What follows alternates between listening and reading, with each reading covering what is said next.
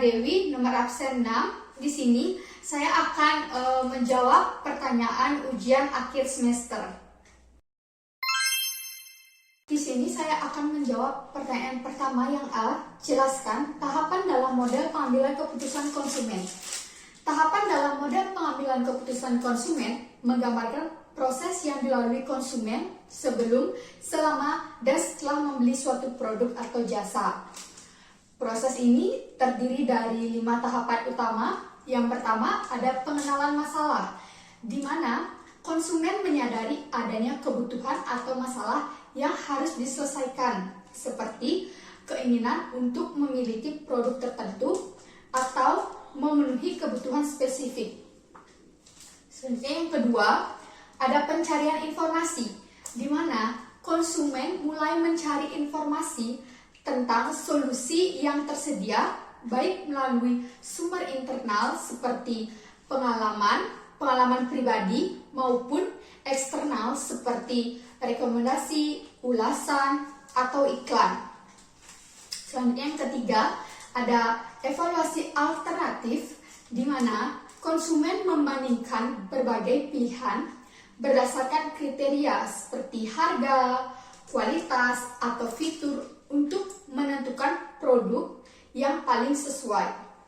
Selanjutnya, yang keempat ada keputusan pembelian, yaitu saat konsumen memilih produk atau jasa yang akan dibeli berdasarkan evaluasi sebelumnya.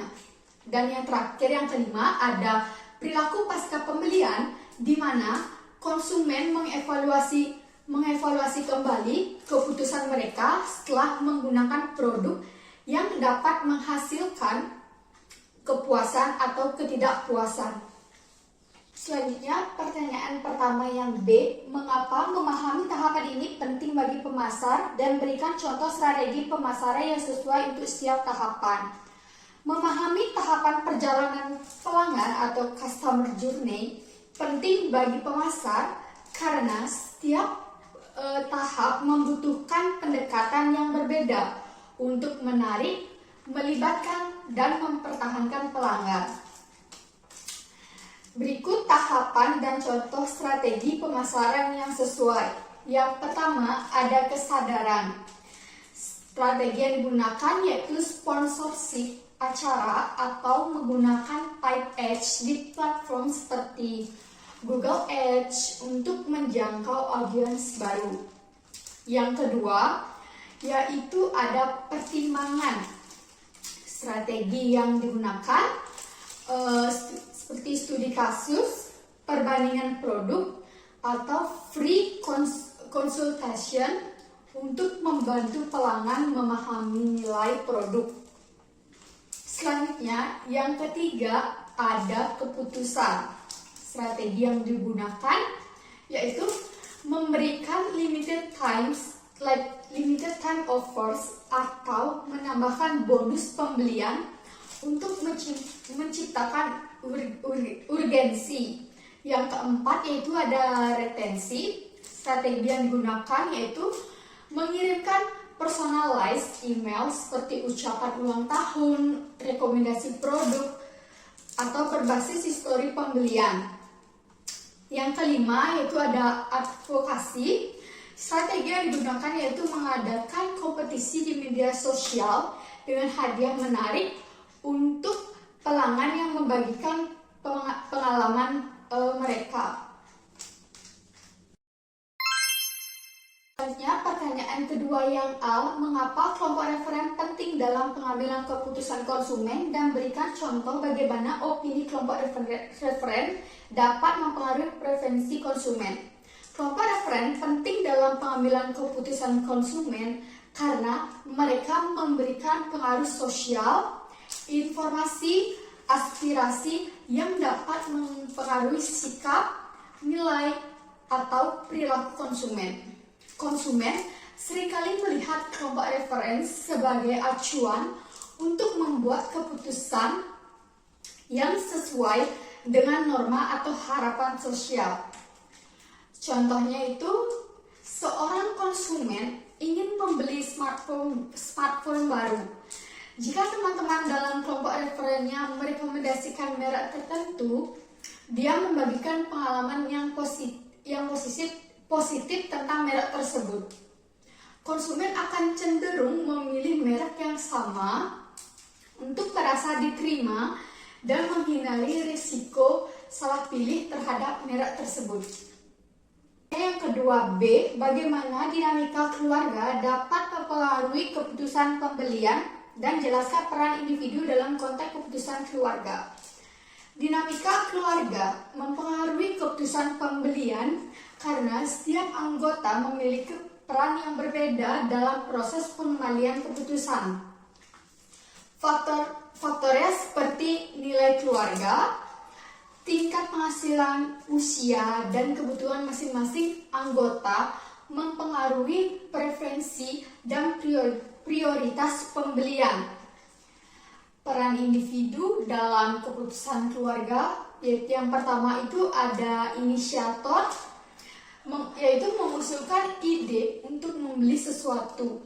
Yang kedua ada pemberi pengaruh, yaitu mempengaruhi keputusan dengan memberikan opini atau informasi.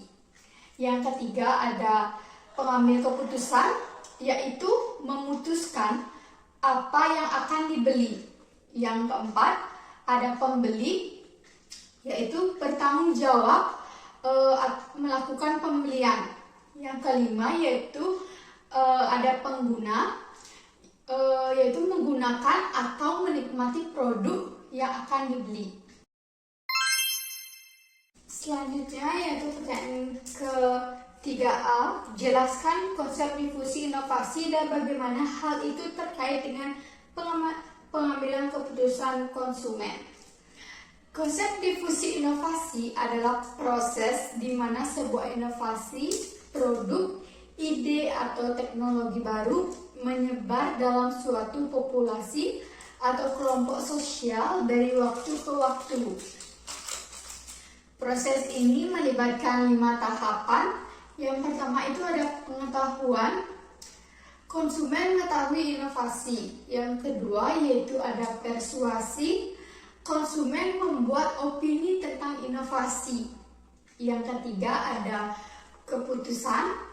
Konsumen memutuskan untuk menerima atau menolak inovasi. Yang keempat ada implementasi, yaitu konsumen mulai menggunakan inovasi. Dan yang kelima itu ada konfirmasi, konsumen mengevaluasi keputusan mereka.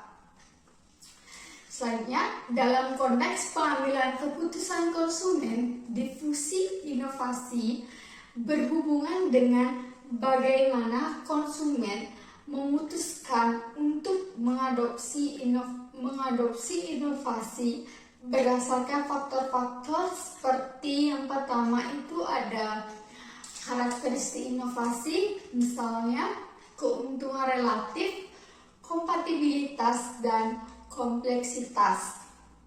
Yang kedua ada kelompok adopsi, misalnya ada inovator dan early adopters. Dan yang terakhir itu ada pengaruh sosial, misalnya testimoni dan opini publik. Ya, soal yang ketiga B, apa peran pemasaran dalam mempercepat proses difusi inovasi? Pemasaran berperan penting dalam mempercepat proses difusi inovasi. Yang pertama itu dapat meningkatkan kesadaran. Dengan itu, melalui kampanye promosi, pemasaran mengenalkan inovasi kepada target pasar. Yang kedua yaitu memberikan edukasi, di mana pemasaran menjelaskan manfaat dan cara penggunaan inovasi, mengurangi ketidakpastian pelanggan. Yang ketiga yaitu ada membangun kredibilitas, di mana testimoni, ulasan, dan endorsement dapat membantu menciptakan kepercayaan terhadap inovasi. Yang keempat itu ada menciptakan kebutuhan, di mana strategi pemasaran dapat membangun persepsi bahwa inovasi tersebut adalah solusi penting untuk kebutuhan tertentu. Yang kelima yaitu dapat mempercepat adopsi awal dengan menargetkan early adopters. Pemasaran menciptakan momentum yang mendorong pengguna lain untuk ikut dalam mengadopsi inovasi.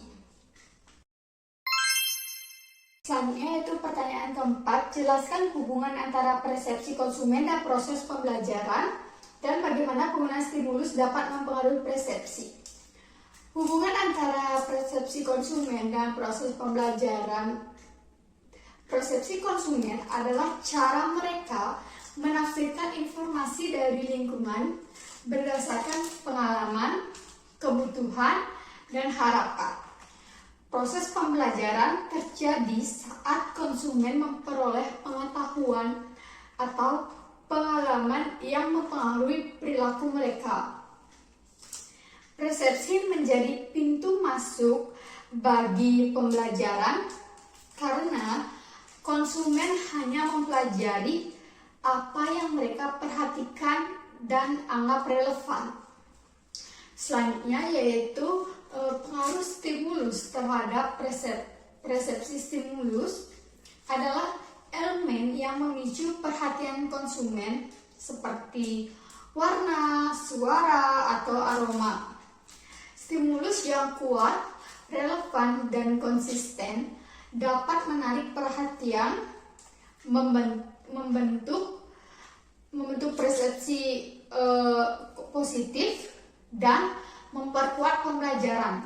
Misalnya, iklan dengan desain visual menarik dan pesan emosional dapat meningkatkan kesan merek dan mempercepat konsumen mengingat atau memahami pesan yang disampaikan. Selanjutnya yaitu pertanyaan keempat B, sebagai seorang pemasar, bagaimana Anda akan merancang kampanye untuk memaksimalkan pembelajaran konsumen tentang produk baru?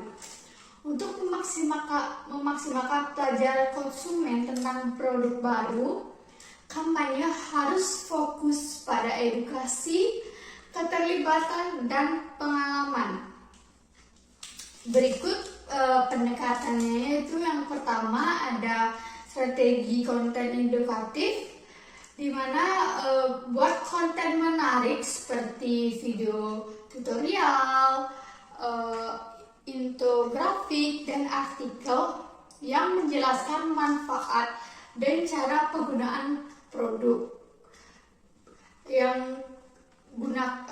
Gunakan media sosial seperti website dan email untuk distribusi. Yang kedua yaitu ada demo produk dan uji coba, yaitu adakan acara demo produk atau beri sampel gratis agar konsumen itu dapat mencoba langsung. Ini juga membantu mereka untuk memahami nilai produk secara praktis. Yang ketiga itu ada testimoni dan influencer. Menggunakan testimoni pelanggan awal dan kerjasama dengan influencer yang relevan untuk meningkatkan kredibilitas produk.